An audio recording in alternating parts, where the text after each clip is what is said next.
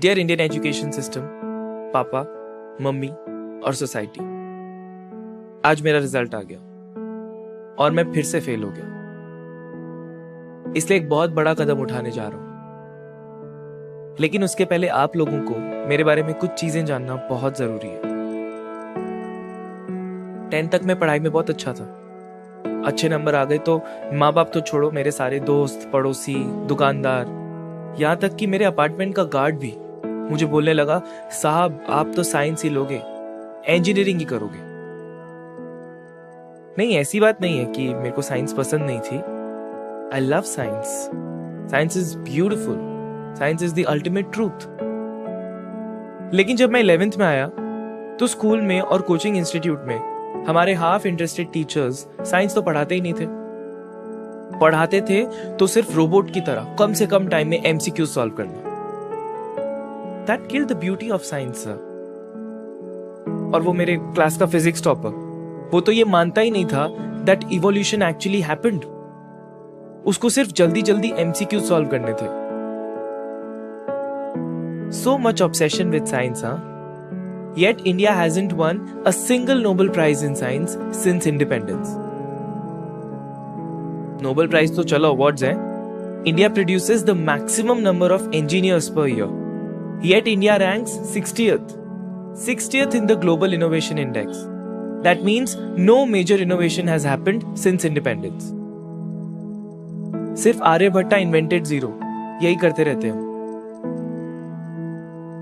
सच बताऊं तो 10th के बाद I wanted to study physics, graphic designing, coding, history, music and English literature.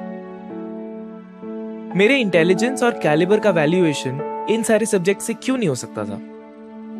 क्यों मैं उन चीजों में अपना टाइम वेस्ट करता था जो मुझे पढ़ने ही नहीं थे? तो मैंने छोड़ दिया, कोचिंग जाना ही छोड़ दिया। कोचिंग के टाइम पे घर से निकल जाता था, पार्क में नॉवेल्स पढ़ता था, नई नई जगह घूमता था। To be honest, I felt free. It felt good not to be a zombie. I learned graphic designing on my own. I listened to some beautiful music by Mozart and Rahman. I read poetry. I taught myself Python. And I read some amazing write-ups on various topics of physics. मैं एक बड़ा कदम ले रहा हूँ. I'm dropping out. नहीं, इसलिए नहीं कि स्टीव जॉब्स, बिल गेट्स और मार्क ज़करबर्ग ये लोग सब ड्रॉप आउट्स हैं. इसलिए भी नहीं कि मुझे ड्रॉप आउट का टैग कूल लगता है. और फेल होने की फ्रस्ट्रेशन तो बिल्कुल भी नहीं है. Dear Indian education system, I am dropping out simply because you do not make any sense. अब तुम यही पूछोगे कि तुम्हें जॉब कौन देगा, तुम्हारा पेट कैसे भरेगा? तो भाई कहीं ना कहीं कोई तो ऐसा होगा ना जो मेरे स्किल्स को देखे, मेरी क्रिएटिविटी को देखे, मेरे इंटेलिजेंस को देखे, सिर्फ मेरे CGPA को नहीं. हाँ, फेल हो गया, लेकिन मैं जानता हूं कि बहुत कुछ है सीखने को, जानने को, करने को.